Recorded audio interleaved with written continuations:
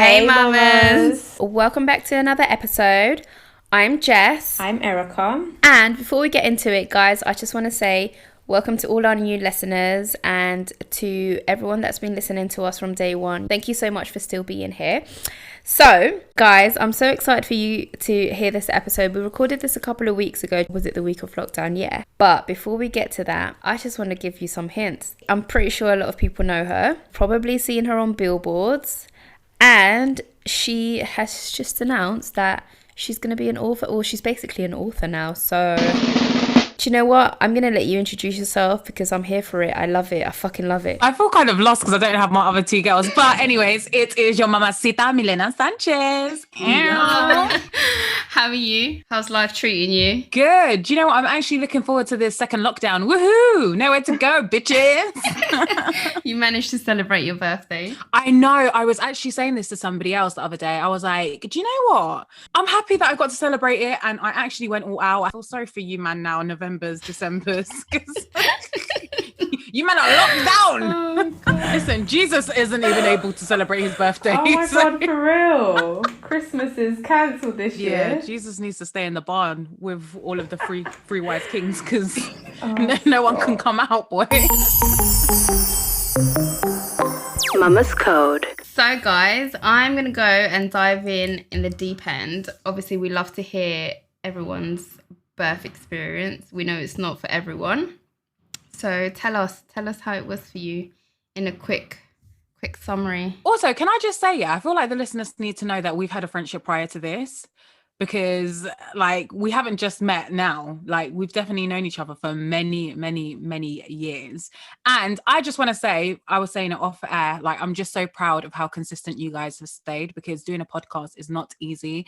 This is coming from somebody that's been doing it for 4 years now, and we've never missed an episode. And it's like a weekly thing. Even when you can't be bothered or when you're faced with some shit, it's like you still have to carry on. So well done, guys. A round of applause to you. Thank you. It's definitely not easy.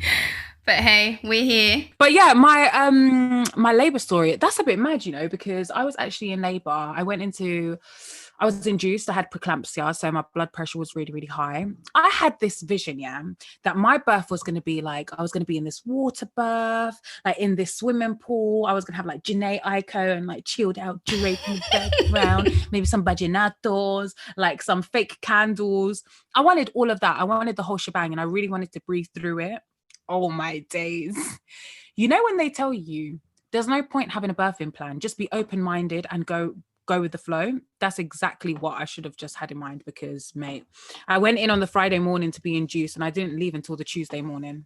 I was in active labor from, it would have been Saturday 2 a.m. to Sunday 6 a.m. Shit. So I had pethidine, gas and air. I had the epidural. I had ripped out the epidural from my back where I was hysterical.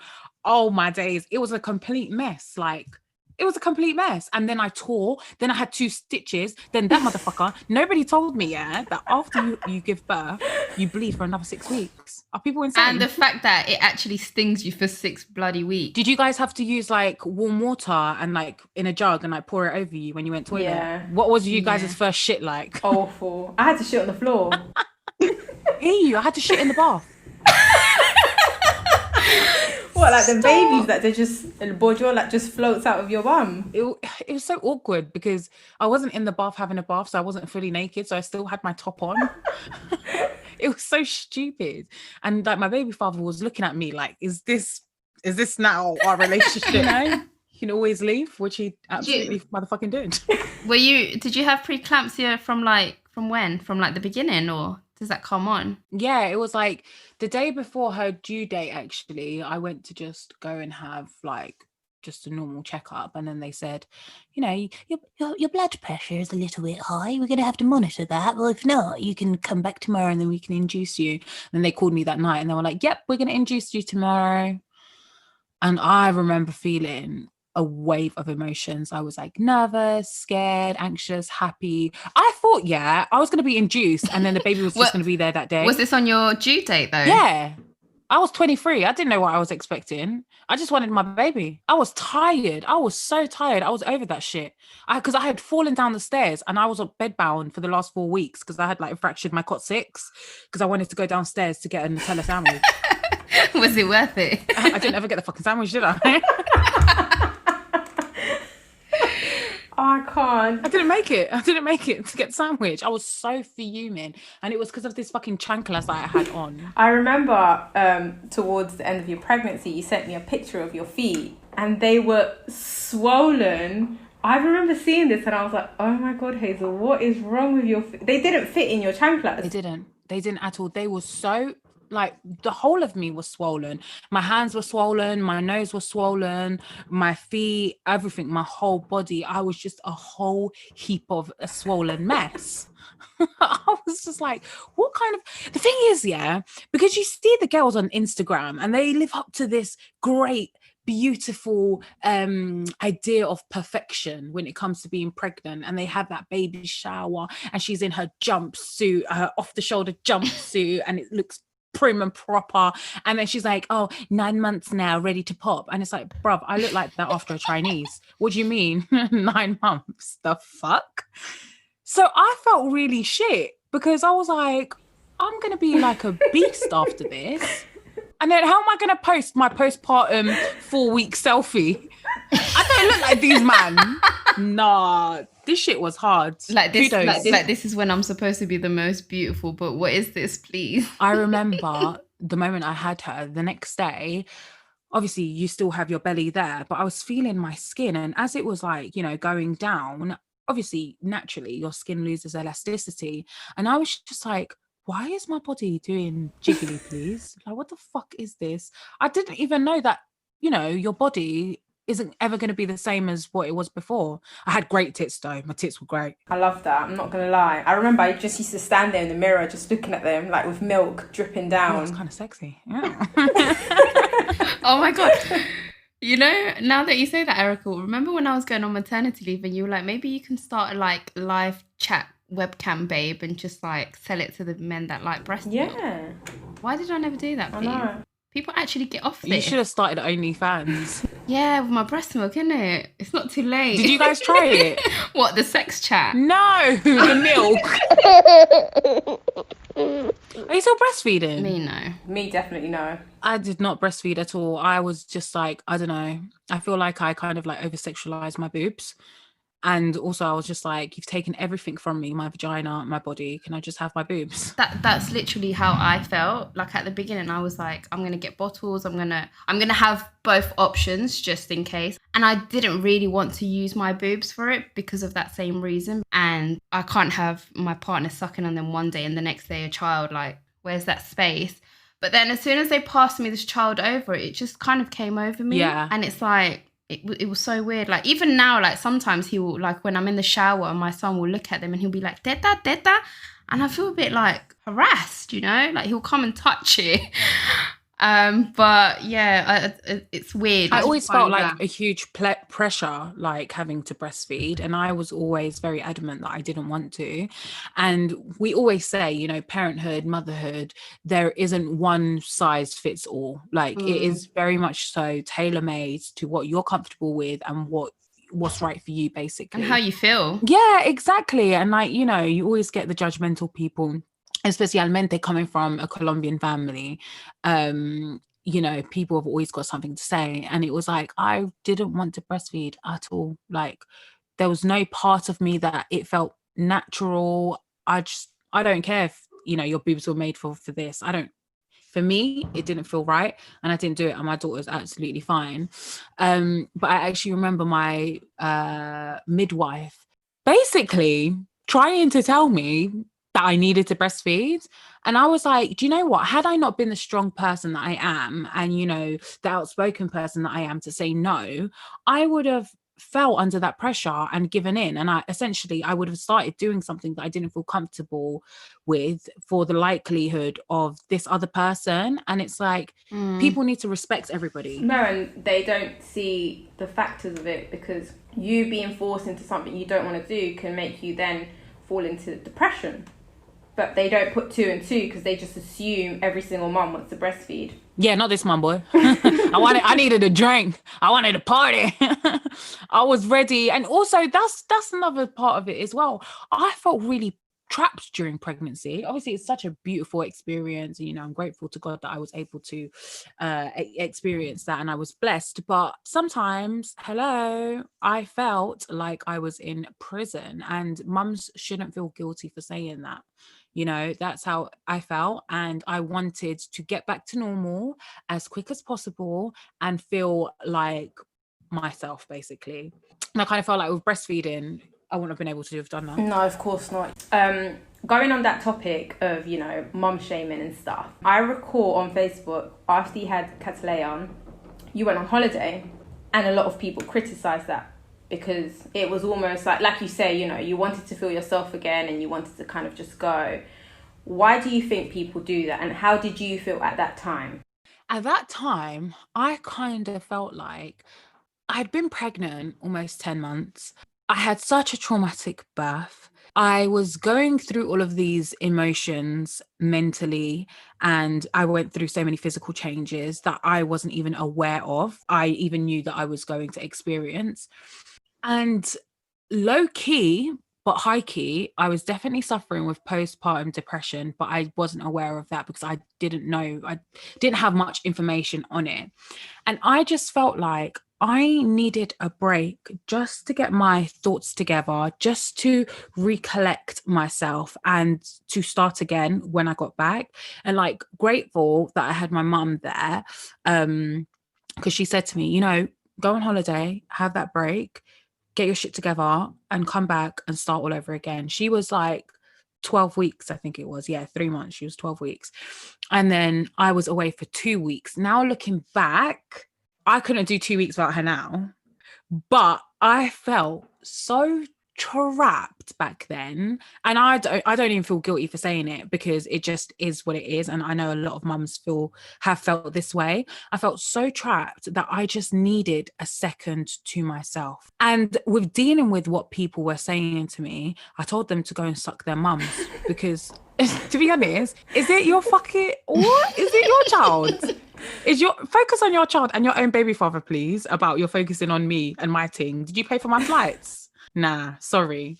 That's how I approached it, with rudeness. Because who are you to tell me what I should be doing with my life? That's mad. Yeah, no, and I think it's because of that, the scaredness mums tend to feel about, because like you say, we feel alienated in our own body. So, you know, right after, like you said, when you had Cataleya and you felt your body, you were like, what the fuck is this? Like, because you're not prepared, nothing prepares you for that transition of you being pregnant to feeling empty, like, you know, that empty sag feeling, that is awful. It almost feels like you have to still hold your belly because you feel like it's just going to fall off of you. Yeah. And I totally get that, like, you know, just trying to, you know, you were still pretty young, like you had your whole life ahead of you, and then jumping into having a baby, people think, you know, she's all right, she's mentally ready. You're never mentally ready, no matter how old you are. And I think the shaming comes in because those mums or parents really like see themselves, it's like a domino effect. They want to be able to do what you do, but perhaps do not have the support, because I know you wouldn't just, oh yeah, I'm just going to leave Cataleya with my neighbour. You obviously knew she was in great hands, even better hands than you, because you know your mum's done it 3 times. Yeah, no, absolutely. And I was going to say that as well, regarding, you know, other mums seeing you do all of these things and them not feeling like they're able to do it. So then they'll just have like a negative comment to say. Because I remember when I was pregnant, you know, a lot of people said to me, oh, se le va a terminar la vida, you know, your life is going to end here, like your career, like, are you sure you want to do this? Da, da, da. And I'm just like, I promise you guys, para mí, un hijo isn't a jail sentence. Like, for me, having a child doesn't mean that I'm in prison and I'm in, like, I have a ball and chain and that's it. No, you can still absolutely carry on, as you said, Erica, if you have that support. I'm lucky enough to have that support. I'm not going to feel guilty because I have that support. No, I still carry on. I still live my life very much so how I lived it before. Just I'm mindful of things, obviously, because I have a responsibility. Did you ever feel guilty when you were away? Did you ever like have a night where you thought, shit, man, as if I actually left my newborn at home? Yeah, I think the first 5 days I was absolutely living my best fucking life. I was like, what? Oli, oli, oli. That's what I was like, yeah. But that 2 weeks dragged. Oh my God. I remember the end of that first week, I was crying. I'd FaceTime her all the time and I was absolutely fucking crying because I was just like, oh my God, why have I done this? I shouldn't have left her for this long. I should have just come for a week. 2 weeks. I've never been on holiday for a week, 2 weeks, and I'll never do that now. But yeah, I think by the end of it, I was like, no, I just want my baby. And I remember when I pulled up to my house and my mum gave me her, and I was like, oh my God, this felt like foreign to me again. I didn't know how to hold her. I was like all moving, like all trying to adjust again. So you would say that you know, those 2 weeks kind of helped you realize like, okay, this is the journey and the responsibility I now need to take. Yeah, I was very much so like, okay, I've had my couple of weeks now of feeling like myself, quote unquote. Now come back and take care of this child and figure it all out, I guess. But I was happy that I'd done it. I was really, really happy because it gave me an incentive as well to lose the weight. So when it was safe enough to go back to the gym and start training, I did that and I had a holiday in mind. So that was a goal. And I felt really comfortable on that holiday and I felt very comfortable within myself. So it was one of them ones where I don't regret it. It's just Cataleya's going to actually like listen back to all of these when she's older and she's going to be like, Mom, that's what you motherfucking did, bitch. You left me with my Lita while you was out in Greece. It's very admirable, and I think I can speak for Jess as well, and I think a lot of mums, because a lot of us feel very, you know, lost when we have kids. And, you know, you've said it yourself, you know, a kid isn't a jail sentence. You're meant to strive for this child. You now have a purpose. But a lot of parents, and I think I could fall under that category, we're scared to kind of lose time with our kids. So obviously I graduated and I haven't progressed into what I've graduated in because of the workload. So for me, it's more so I need to dedicate myself to my children first, and then I will, you know, do me. But then I look at you and I'm like, you know, you are taking care of your child, but you're also working on yourself. And I think that's very admirable. For you to be able to do that, it's because you're meant to self-love first, like always put yourself on top of everything. And if you're striving, your daughter's going to be right up there with you. Whereas if, you know, you're kind of like just dragging your kids along, how are you going to teach them to, you know, keep pushing? Yeah, I agree with you. That growth that you had to where you are now is like, do you know what? She's done everything for herself, but it was always, no, my daughter's holding my hand as we're going up together. And I think, like Erica said, like so many women are just scared to let go because they think, oh, people are going to judge me because I'm doing things for me. But no, babe, you're doing things for you because you're the one that has to bring the bread home. Your child is going to be raised in a house where it's like, what I want, I get, you know? As we said as well, it does go back to having that support, because I don't think I would have been able to have done everything that I have done without her father or like my sister or my mom or other family members or her nan. So in that sense, I've always kind of adopted that it takes a village to raise a child, and that's okay. I'm not somebody that's very like apegada a mi hija. I'm not like, oh, she has to be with me and that's it. Like you said, Erica, like if I'm leaving her with somebody, it's somebody that I know is going to fully take care of her, and it's a family member, and it's not just whoever. So I'm really, really grateful for the support that I've had. But also I think there's that element where in my mind, I know that I had to continue doing what I was doing because I know the kind of life I want to provide for her. And it's a life that I never had. I feel like I was always like rich with love, but in terms of like assets and being able to do whatever I wanted to do when I wanted, I never had that. And I mean, I didn't really know I was poor until I asked my mum for a Just Do It bag. And then she was like, no. That's too much. Mama would say to me, ¿Usted quiere un bolso de 13 libras? Yo andaba al colegio con una bolsita negra, con una bolsita plástica. Oh my God, my parents are the same. They'll be like, you have new shoes. I used to have my brother's shoes. I used to be like, well, that's you. Like, we're in new times. Like, don't compare me. Your parents were broke. This has got nothing to do with me. So why should I suffer? what the hell? But no, mum. And then she basically ended up giving me like a Champion bag that she just found in the car boot sale. Yeah, I was fuming, absolutely fucking fuming with this Champion bag. But I went to school, yeah, and I was like, oh yeah, come on, it's Champion. And I had all my Scooby-Doos like hanging off from the sides. But then I actually went to Topshop and stole, allegedly, apparently, a Just Do It bag. Haters will say they stole. Allegedly, I can't say that right now with my brand. Maybe, perhaps, I don't know, I don't remember. But yeah, so I know the kind of lifestyle that I want Ketelea to have. Not so much in terms of like materialistic, but opportunity wise.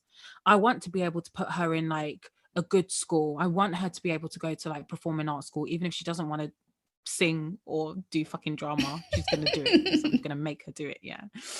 Yeah, so it's one of them ones that I knew I had to go out and do it because we have time, but we don't have time. So I was like, she's even awake next to me. This is what I'm saying. She knows I'm chatting about her, so she's trying to like sigh really loudly. This child is too much. No, you don't need a cuddle. Ja, I'll read. I know you're chatting about me. I know I'm chatting about you. Okay, acuéstese ya, por favor, a dormir. Okay, calm down. I've always wanted to be in the entertainment business. So it's one of them ones that I was like, I've always strived to be in that. So it wasn't a thing where, like you said, Erica, you went to uni, you got a degree. Like the interview process to you getting to where you want to get to and the process of me being in the industry that I want to be in are completely different. So don't feel guilty for not being able to utilize that degree, because I know there are a lot of mums out there that have all of these degrees under their belt, but they feel like quite stagnant and quite stuck because they haven't been able to do something.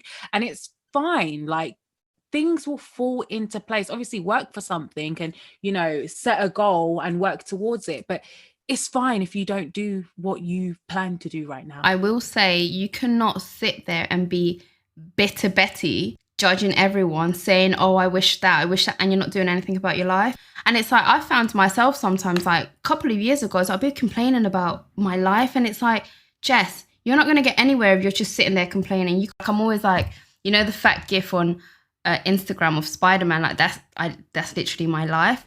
But I can't sit there and say, oh my God, that girl is so fat when I'm here being fat myself and not doing anything about my life. It's like, babes, get up and do shit for yourself, you know? Yeah, no, most definitely. I totally agree. But I find that the people that are bitter and that have the most to say, they're just scared. They're just scared. They have no direction. They don't know where. Why are you laughing for, Jess? It's like, who are we talking about here? No, you man. No, I get it. It's a scared thing, but you're not going to grow in your comfort zone. I know it takes you a while and it's a whole process and it's a whole journey to get there, but... ¿Quién estamos hablando? No, I'm just saying. Because no, like I said, like I've been there where I felt like I'm not doing anything with my life, but... like, we have to do something, you know? Like, at the beginning of this year, me and Erica, the amount of conversations we would have about self-growth and about, you know, this and that. And yes, preach it, but also... yeah, you put in the work. Do it. Act on it. I mean, you have to. Nothing is going to fall in your lap. Yeah, no, definitely unless it's not. a man that is trying to eat you out. It's difficult because after I had Ketelea, I knew that I wanted to be in the music industry and I wanted to do music because when I fell pregnant, I was actually going to be signed to a major label and I wasn't able to do that because for me, it was like, oh, career or baby. And I chose being a mum. So then after Ketelea, remember, I wasn't even in the podcast. I didn't even know what podcasting was. Podcasting wasn't even a thing until Kata was about a year and something. And then I fell into it. It was only meant to be something that was therapeutic and, you know, something that built my confidence. So then for it to go from that, and then now 4 years later, we've had Billboard's UK sold out tour. We've got a book. We've won awards. Like it's absolutely insane to me. And I can't grasp the fact that this is where I'm at, but I knew that I was meant to be in something like this, that there's no way no one could have met me or seen me as a little girl and didn't think that this girl was made for this business. Like, Erica, you know, we went to Spanish school and we were singing and dancing, and we've got loads of videos of us dancing as kids. And I loved being on stage, and I loved being able to just be on the mic. Nah, I remember once we were at this fashion show and this little girl came up and she was like, oh my God, I don't have any clothes to go out there and dance like Shakira. And I was like, I've got these shorts if you want to wear them. She's like, yeah, let me put them on. She put my shorts on, went out and danced like Shakira. Of course it was you. I'm such a tramp. I'll probably do that now as well. No, but I remember that actually, and I always had a little belt. I actually got a picture of us with all that shit on. Listen, Shakira and Selena were my two go-tos, like Como La Flor every In day. it, I always tried to sing karaoke to these girls, yeah, and they just laugh at me, and I'm like, but Como La Flor is a banger. Every time. She's literally she's like, Como La Flor. And we're like, no, Erica. No, mami, siéntese. Mama's code. So let's go back to, you know, the bit where you said, like, he's going to eat you out and shit. Love that. Take us to that very moment. First time I had sex. No. No. Take us to that moment. First time I done anal. Imagine. No, don't even get Erica started. The first time I done bondage. No, that very moment where you sat and realised you and your baby daddy weren't, you know, you're not going to go places as a couple. Because I know I speak for us both. We admire the relationship you guys have. And we've always said it, that is that's a great example of how to co-parent. But it's not always easy. It's not always beautiful as you know it looks. So I want to feel that emotion that you felt as, you know what, you've sat down, you've just had a baby with your long-term partner, and you've realised we're breaking up, you know, we're not going to work out. We were broken before we fell pregnant. So it was like, we thought that was going to make us. We thought it was going to be something else to focus on. We thought it was going to be something else that was going to bring us closer. I mean, it was something that allowed us to never get rid of each other, I guess. But essentially what it done was brush all the problems that we had under the rug, until one day it kind of like exploded. And it was, you know, let's be honest. I think after we had her, we really, really did try to make things work. But me and him, we've always had such a great friendship. And I think that's what held our relationship together in the beginning. So it wasn't like we were always in love with each other the 7 years that we were together before we fell pregnant. It's just we had such a great friendship that it was always banter being with him, and it was comfort, and it was someone that I was used to. And it's that kind of like, I fell in love with him when I was 17. He was 19. He was like my first love. So I didn't really know what life was like without him. So I think when she turned about like 1.5, I think it was, or 2, and I was like, nah, this relationship is not serving either of us, and we can't just stay because of the time we've been together. At that point, it was like 9 years. And like, I can't be in a relationship where I'm not 100% happy, you're not 100% happy, but we have this child together. Because at the end of the day, she was feeling all of that. All of those toxic moments that we had, all of the arguments, me crying and him leaving, she felt all of that. Even though kids can't physically like speak at that age, they do feel it, and they're sponges. So after I kind of like figured that this was not it was so hard. Like, you know, cuando uno llora, but your heart aches when you cry and you're sobbing and you don't know how you're going to live without this person. And it's scary. Starting again with a child is scary, because now you're like, not only do I have to, you know, build a new relationship with somebody, I have to think about my daughter. And also, like I said, I fell in love with him when I was 17. So when I started dating again, it was the first time I had ever dated as an adult, because I didn't do all of the dates when we were younger. We went to McDonald's and was in a park and driving around places, and that was our dates. There wasn't like Nobu and Hakkasan. Well, there's not even Nobu and Hakkasan now, so what am I chatting? One can dream. Like literally, like Morley's still to this day, bang bang.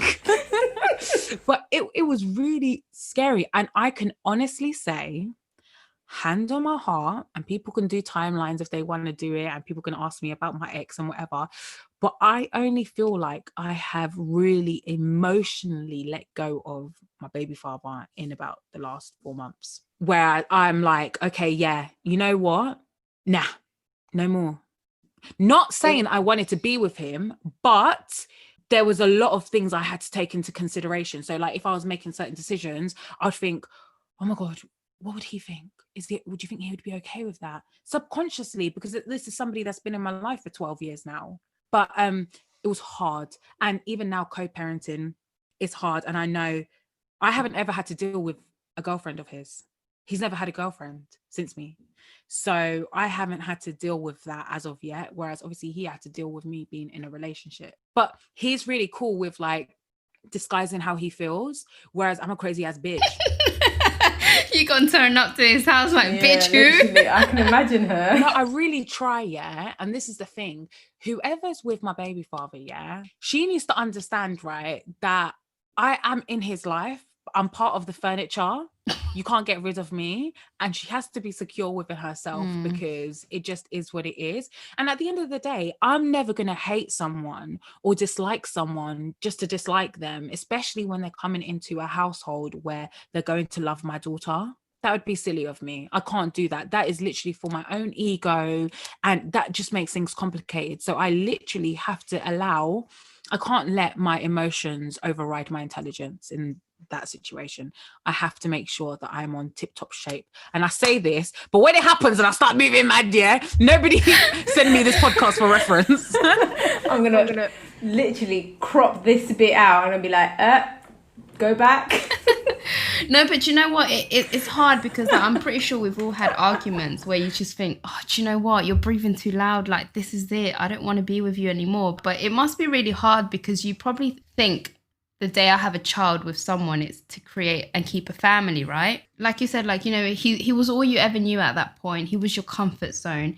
He was the man that you decided to have a child with. And now being kind of like going through that, all those emotions of like, what am I going to do now? Because you don't see past it, do you? Yeah, you actually don't. And it's one of them ones where I really tried my hardest to provide a household that I never had. It was definitely really, really difficult. I wanted to provide a household that I didn't have. So having that mum and dad there, I wanted to be the mum that, you know, you'd get back home and I'm cooking dinner and stuff, even though I knew that that wasn't even doable with the career choice that I've chosen.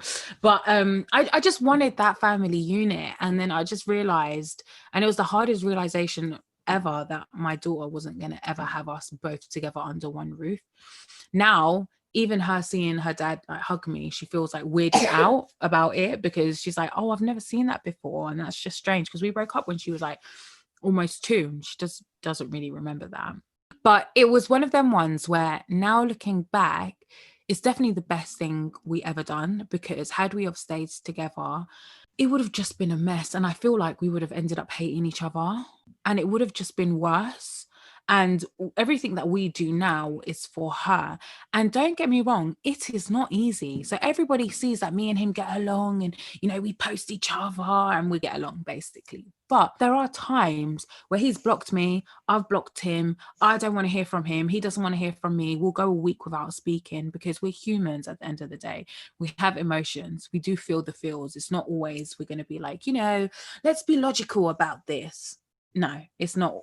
That doesn't happen like that, unfortunately. But what I will say is people don't normalize these kind of relationships between exes.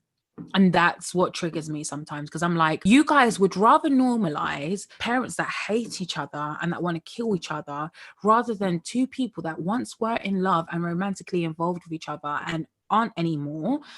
And that are just friends, because people always say to me, no, you guys must still be fucking, like you guys still must be doing so. No, we don't, haven't done. So that's not something that ever kind of fueled our relationship anyways. So what kept us together, you man are going to think I'm joking, but it was banter. Me and this man have so much banter. It is insane. if you followed us for a whole day, you'd be laughing. We just have a friendship and a relationship that not a lot of people understand. And to be fair, I don't give a fuck if they understand it or not, because my child is happy and she gets to experience things with the both of us. I was going to say, the arguments that you guys have and, you know, when you block each other and not, it probably doesn't come out of a bad place. It just comes out of the fact that you guys are like this. Like, you guys know each other in and out. So you're comfortable to be like this. Yeah, absolutely. Even when you saw us in Paris, we weren't together. I had a boyfriend. Not gonna lie, Jay was like, do you think they're still fucking? He was like, we're in Paris.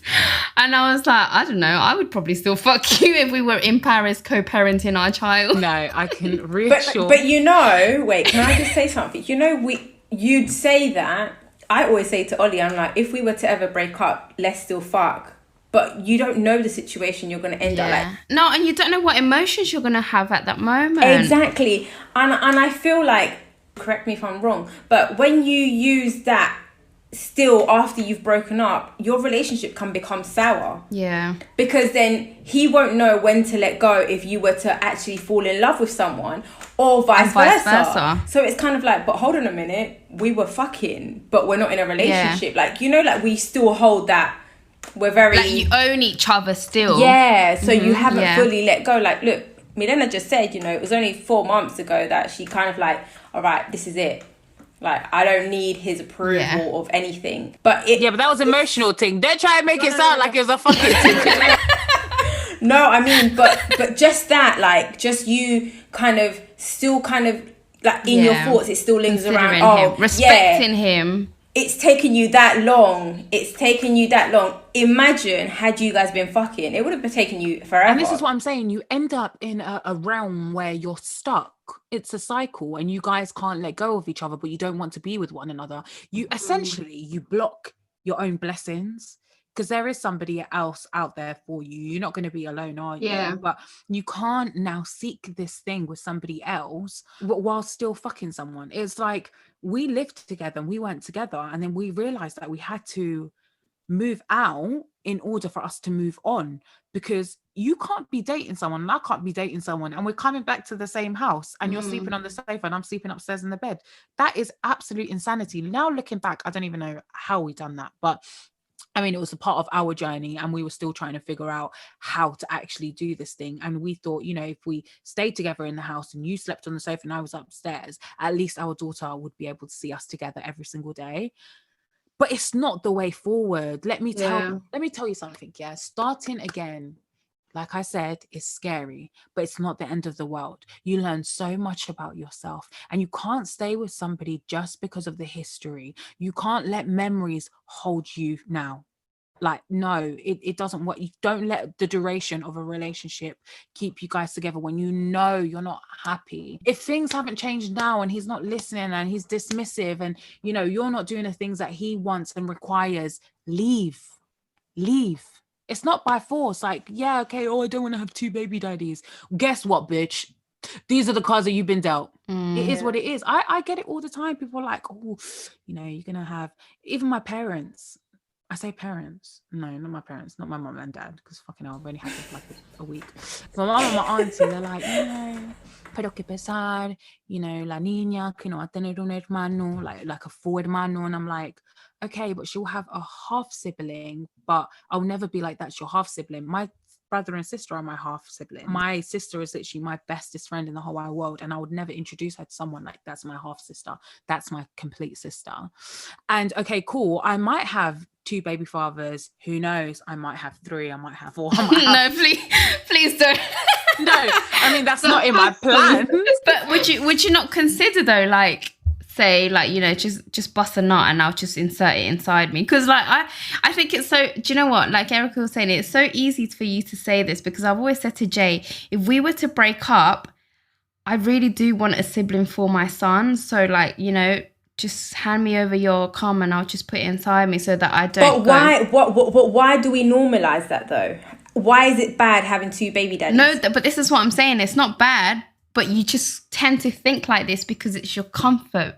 Because you. But it's again, like Milena said, it shouldn't be your comfort, because this is like the universe has set your life, basically. You might think, oh my God, I can't live without this person. Just the same way me and you have sat down and said, you know, what if we were to break up with our significant others, that would be it. That, you know, market would be closed. We're chatting shit. We are chatting shit. Nah. We must say that for them to feel It won't good. be closed until someone is trying to rub I my will become a cam girl or something. I don't know what, but you know when you kid yourself and like deep down it's like what Hazel's been saying, you know, you always have to think about your child before anything. But we're human. We want to feel things. What, his dick? Yes.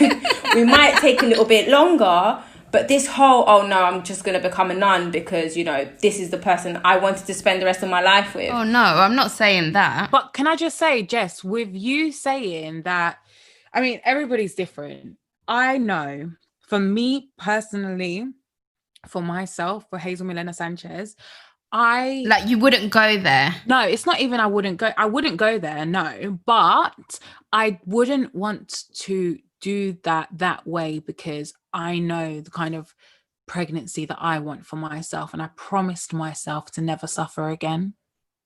And I promised myself that I wouldn't ever allow myself to go through something that wasn't necessary just because I want it to seem ideal. Having the 2 kids by him and, you know, having that all under one roof kind of thing. And, you know, it's less complicated.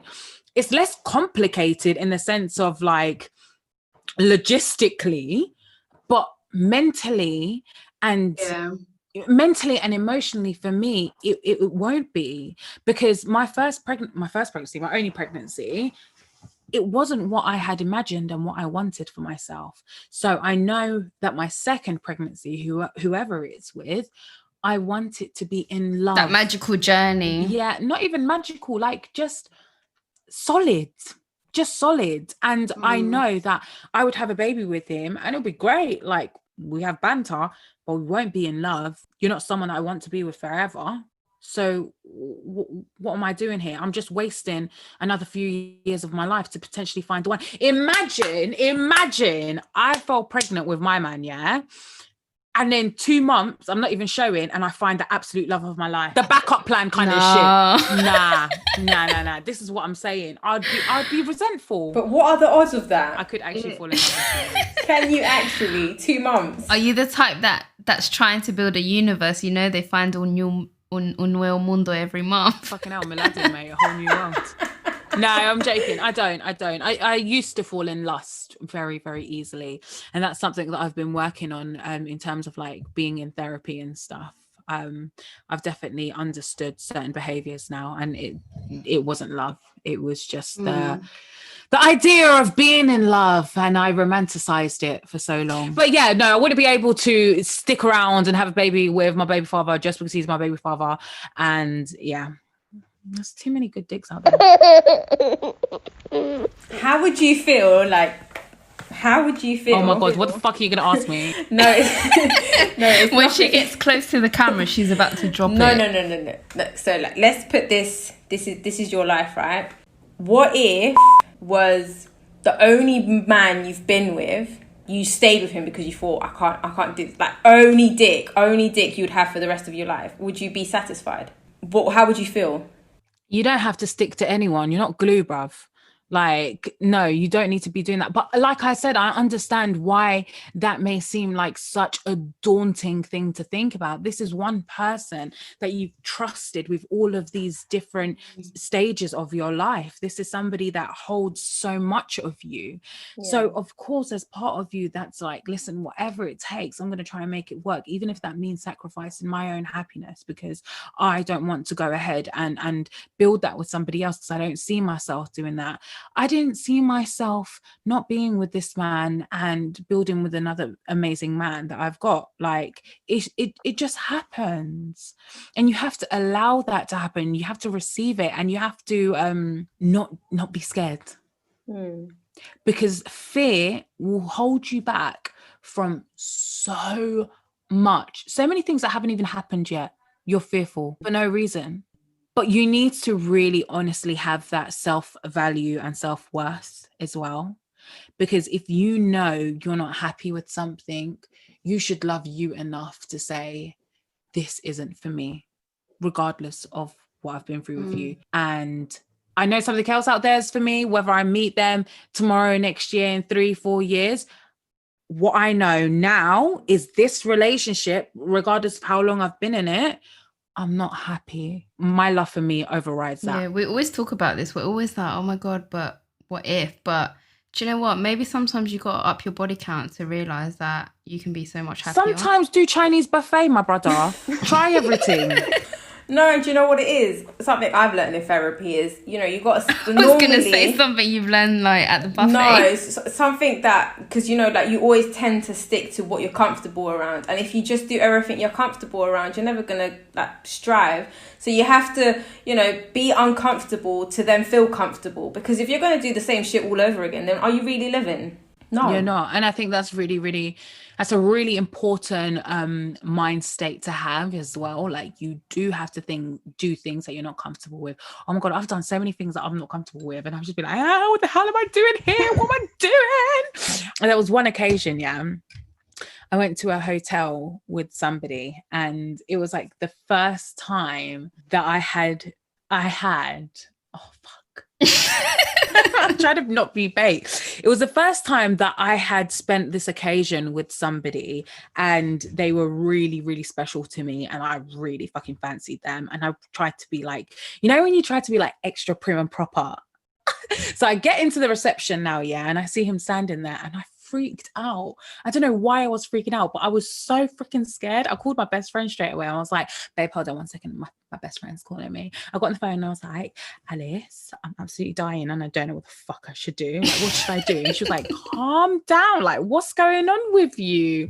And it's one of them ones where I know that I was nervous before, and I knew that I was going to be scared, and I knew that I was going to be uncomfortable, but I also knew that once that fear subsided, I would have had the most amazing time ever. And that's exactly what it was. It was the most amazing time ever. And had I not have felt that fear, so what, I was going to stay at home and not have experienced that because of what? Because I was scared of, you know, I don't know, when I was going to fart or when I was going to poo or shit like that. Do you know what I mean? Because that's the first thing I think about. But yeah, we shouldn't be letting fear take over like that. Fear shouldn't be fear doesn't even pay rent in your life. Amen, sister. Mama, I love you. Your anxiety. Oh my God, my anxiety. We've spoken about this a lot. How do you keep calm around Catalea when you have panic attacks? Oh my gosh, that is the most challenging thing ever. I can't lie to you. I think just really trying to distract myself with her. I use her. So if I do have a panic attack, I'm like, okay, what's the quickest way that I'm able to distract myself? Or there's been other times where I've just needed a moment to myself and I've absolutely broken down, but I've heard her like, oh mummy, where are you? And then I'm like, no, suck it up, get it together and go out. Because I literally always say this, when you're a mum, you don't have the freedom of feeling all the feels. You have to literally wear this mask. You are the main act of this show and you cannot fail. You just can't. You can't show them that anything's wrong. And also it's something where I don't want to pass that down to her as well. So I really try my hardest. Like, I have a fear of flying. Hate flying. Worst thing ever. But I do it. And I've been on a plane with her a couple of times, and I haven't ever shown her that I was scared of it, because I don't want to now pass that fear onto her or that phobia onto her. So it's one of them ones where it's a gift and a curse, because you want to be on your own and you want to just deal with all of these emotions, but she's also a distraction. So I don't know. I think it just depends with how severe the attack is, to be honest. I've had minor ones I've been able to like brush off, and quite recently I had one where I was in the bathroom sobbing my heart out, feeling like I was going to have a heart attack. And actually that night the ambulance came and took me in to hospital to have an ECG done, because I was convinced that was it. It's hard. we can be the most chilled person, but when you have a baby, you start thinking these crazy shit, and you don't have any control of your thoughts at that point. Do you guys suffer with it? I do. Yeah. What are some things that you think of, or what are you fearful of? What's like triggers for you? What sets you off? Like, I'm scared of dying. that's exactly mine. But I have a thing where because I suffer from depression as well. So there's times where, like, you know, when I have a lot going on, like with work, the kids, and something triggers it inside of me, and I literally every single day, the only dream that I will have is, and it's like a very explicit dream because it's literally every single day, I cut my wrist and both of my boys are beside me, and then Ollie walks through the door. And literally it's a reoccurring thing. And then that sets me into a panic attack. Are you scared of staying at home with your boys on your own? I was before because of it, but through therapy I'm coping. Yeah. And Jess? I not so much now. I'm very much back to my normal kind of chill back person, but at the beginning I would always think about my son dying in my hands, like dropping him, and his, like, my thoughts were so vivid that I would be walking with him and I would imagine myself dropping him and his brains just splashing out into everywhere. And it wasn't nice. So, you know, when everyone starts circulating videos on social media about a mum hitting their child, I would sometimes feel like, I don't want to get there. I don't want to be that person. It was just the only thing that was just going on and on and on. And again, like we spoke about this in our postpartum episode, that being in overdrive and overwhelmed with everything that's going on, that you just want to be the perfect person for your child, that you just go into these crazy thoughts and you don't know how to control it.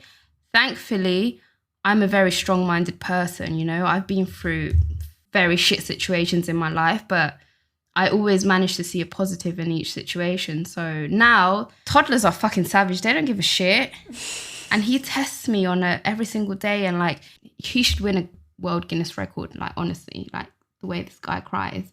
But I've managed to reach back to my settled self to think I'm not going to react on my anger or on my mental state. And sometimes I get anxiety when he does that, and when he's having a shit day, like, I get really like, I have to try and calm my thoughts about this. Yeah. It does, you know, it does send me into an panic anxiety state. That. And I think all of these thoughts are very, very real, because some people that don't suffer with anxiety may be listening to this and may think that these, you know, scenarios or thoughts are extreme, but they're not to somebody that suffers with anxiety and to somebody that isn't able to rationalize thoughts. Like, there are certain things that I think of and I'm like, oh my God, like, get that out of my brain. What is wrong with me? And it is just, you feel like you're insane. Sometimes you feel like you're insane, yeah. And especially like when you experience panic attacks, you're like, what's wrong with me? Why do I feel like this? And it's the fear of not being in control that I hate. Literally, I get so scared sometimes. I don't like, I don't like having those thoughts. But obviously with therapy and stuff, like you said, I'm so happy that, Jess, are you in therapy as well? I did have it, yeah, a couple of months ago, but not now. I think it's so important for women to have therapy, especially mothers, because there's a lot of things that you deal with and you don't even know that you're dealing with. There's a lot of women that have got a postpartum depression and they don't even know that they've got it. They're just feeling all of these things and they don't know how to cope with it. And it's so sad, because when, let's say for instance, if you have a child that has colic, and they're constantly crying and they're crying all night and they're not sleeping, and you now are deprived of this sleep as well, you don't know how to cope. It's hard. Women should have that support there from therapists or from somebody or something, that they're able to just have that outlet, because it is fucking hard. And I don't feel like there was much information when I was going through my pregnancy about it. Neither. I had a really colicky baby first time round, and it was absolutely awful, like so awful, to the point that I would have, you know, when you have to wake up at night sometimes I literally just think, oh, I'm just gonna walk out and never come back because I just can't deal with this shit, man. Imagine, I was going to say, even like Ollie, he's told us his experience that when Jojo had colic. And it's like, to think that, you know, men are always like the most chilled, the more calm person because they, you know, the mum is always more 24/7 with their child. So for us to hear what he was feeling, it was like, damn, like, and you know, the fact that you can't speak these things because everyone's going to think you're fucking crazy. Well, I remember once I put a post up on Instagram about, you know, anxiety and depression. And someone was like, what, you suffer with that? And I was like, yeah. And they're like, well, you don't look like you suffer. Well, do I have to have like a sign on my forehead or something to tell you that I suffer from it? Like, I don't get it. Like, what is a person that suffers from anxiety? Do we look like each other? No, we don't. But we all suffer from it.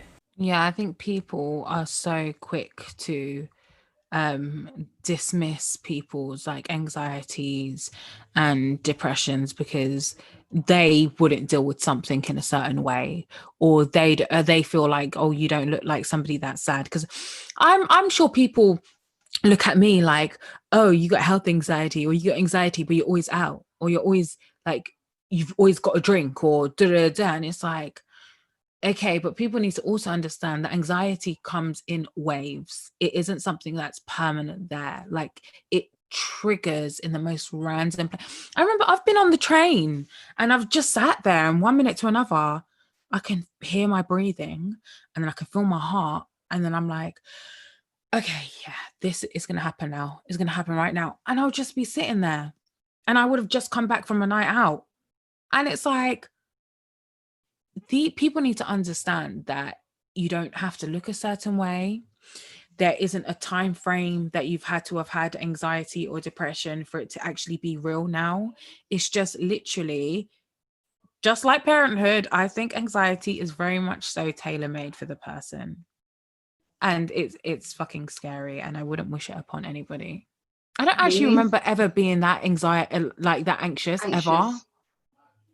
No, it's only after I had her, and it was a few months after, and now I'm very much so overcautious with her. So overcautious. And now I'm actually quite afraid of being pregnant again because I didn't have this anxiety during my pregnancy. So now there are little things I remember that happened during her pregnancy that now looking back, I'm like, why didn't I panic? Why didn't I freak out? But I just didn't. So now I'm thinking, if I were to get pregnant again, what kind of challenges would I have with my anxiety and just being pregnant? Because I'm not too sure how I would be able to cope. And though it makes me afraid, it's one of them ones where I still want another 2 babies at least. Do you want any more, Erica? I wouldn't mind another one, but Ollie doesn't want any more. Oh. Well, like, I would say I want another one, but it is a lot when you have 2. Like, those 2 just drive me up the wall. And you got 2 boys, right? Yeah. Boys are hard. Like, the little one in itself counts for like 4. Why? Oh my God, he is literally the devil.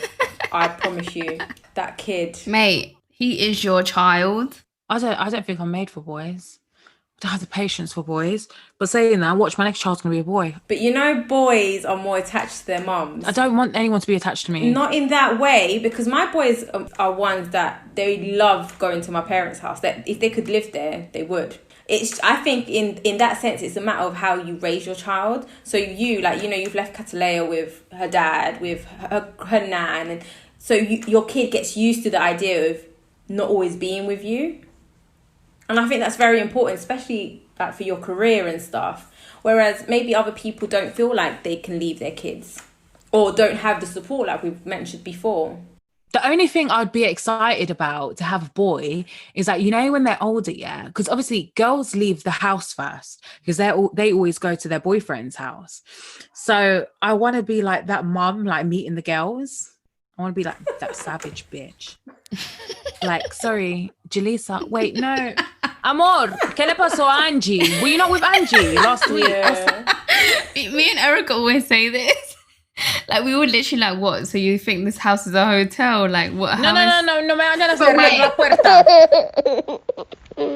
All right. Having said that, though, like we know that you're very sexually outspoken. What are you doing if you walk into your son masturbating or your daughter, Sorry, walking into what? your child masturbating?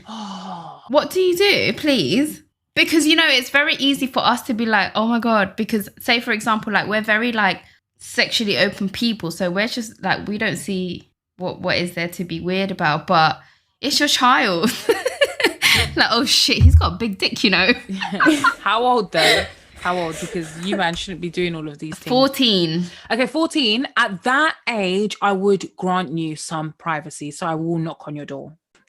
I'll give you 2 seconds, okay, to take the porn off of your phone and to get under the covers, okay. Would you be the same with Catalea? Yeah, I think we have to allow our kids to explore and experiment and to not like be like, leave this door open and da. Okay, I understand if somebody's in the house then and you don't feel comfortable with that, then send them downstairs. Why the fuck are they up in the room anyways? But in that sense, I will grant Catalea her privacy. She's not going to have locks on her room or anything like that. But like before I come into her room, I don't mind giving a little knock if the door's closed. She might be able. The thing is, I'm not even thinking like that. I'm thinking you're getting changed. You could be naked. You could be, I don't know, like checking out an ingrown hair in the mirror. I don't know. Have you ever been looking in the mirror and you're squatting down, opening everything, or like you're like bent over? Like, Mum, give me a fucking second. Let me shove my piles back into me arse. Oh, for fuck's sake.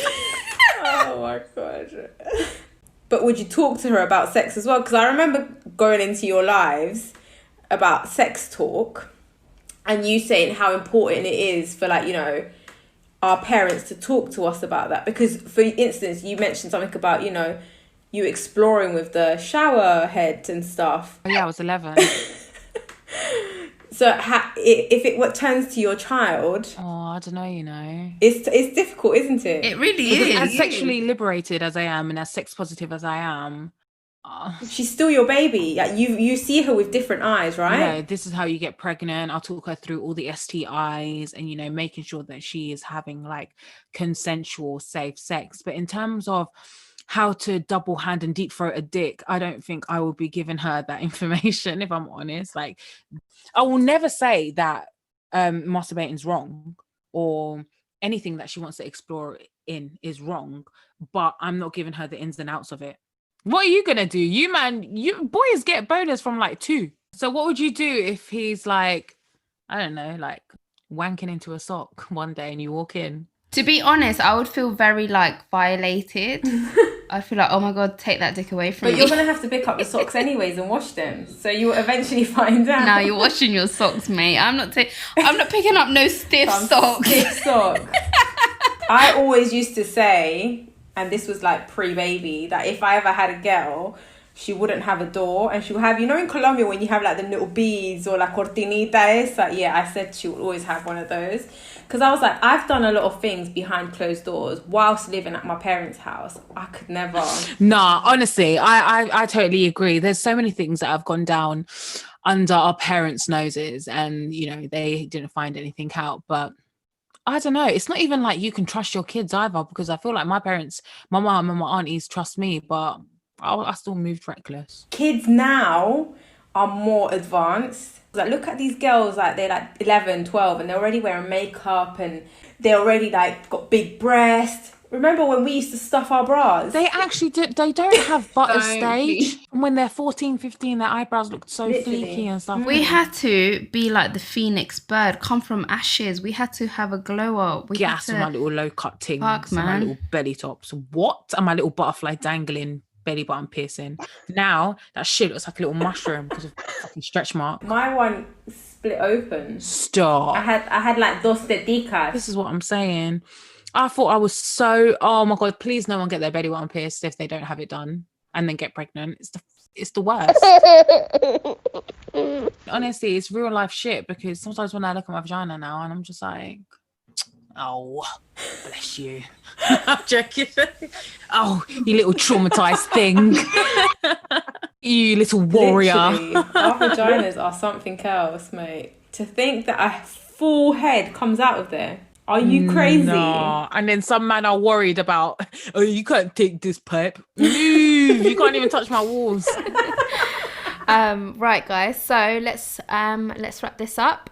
What's the final say on mum guilt and mum shaming? If you know the reasons as to why you're doing certain things, so I know I'm leaving her to go to work, or I know I'm leaving her to go out with my friends, and that is also fine. I feel like you can't feel guilty for also wanting to still be you. Yes, you are a mother, but also you are still yourself before anything else, before you being a girlfriend, before being a fiance, before being a wife, before being a colleague. You are you. And if you're not right within yourself, and if you're not constantly working on yourself to stay happy, your child isn't going to be happy. And you know what? Quite frankly, fuck what anybody else thinks. Yeah, like you've got to have that mentality where it's one of them ones where you can't worry about what other people say. Like I saw a quote and I saw it years ago and I always remember it, and it's I don't know the key to success, but I know the key to failure is trying to please everybody. And you can't please everybody, because Tom there might say you going out isn't a good thing, but Jill over there, she's like, well, I think going out is a great thing for you to do. And it's like you're constantly trying to please all of these other people, yet you're not happy within yourself. So I think when it comes to mum guilt or mum shaming, if your child is okay, they're happy, healthy, and in good hands, there is nothing for you to worry about. And fuck what anybody else thinks. Nothing, no one else can tell me anything about my child. If my child's cool, why are you so concerned? Everyone always wants to add their 2 pence of advice when it's not needed. That's why you're broke, bruv, because you're adding your 2 pence everywhere.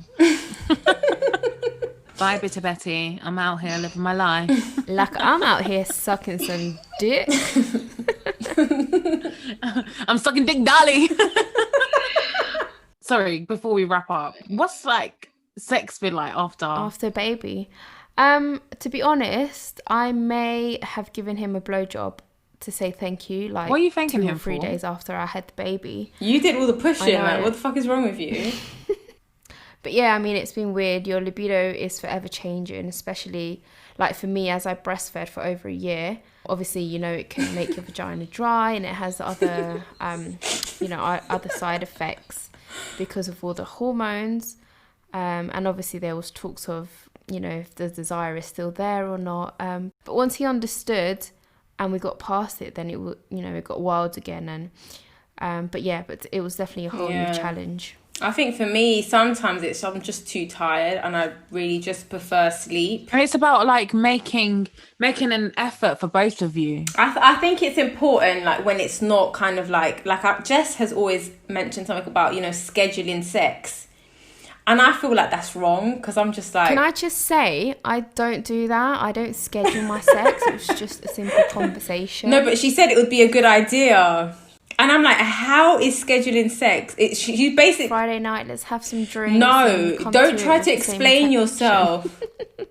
But what if that Friday you have that gin and tonic and you conk out on the sofa? What happens then? It has to flow naturally. Like, you know, you just both come in and bang, cause an explosion. Yeah, but then also that means you have to like always be ready as well, because sometimes, like, you know, when your vagina isn't prepared for that and then they randomly try it on with you and you're just like, oh, move man, I can't be bothered.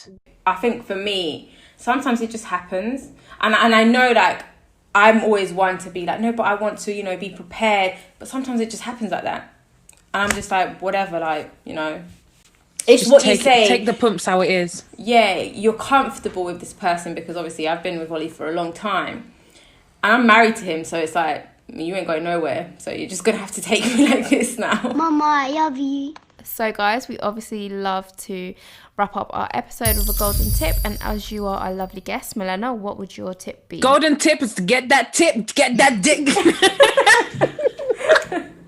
No, I just think... love yourself, keep yourself happy, don't be so harsh on yourself. Be kind to you. And yeah, as cliche as it is, as I said, work on accepting you for you, I guess, and working on a better version of yourself. Beautiful. Thank you so much for joining us, Milena. It's been so long. I know, right?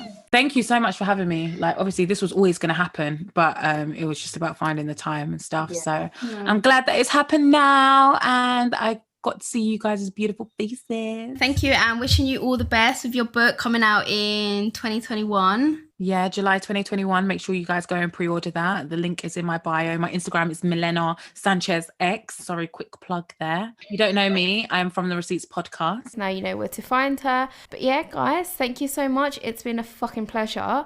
To much more success, babe. To much more success. Mama's Code out. Mwah.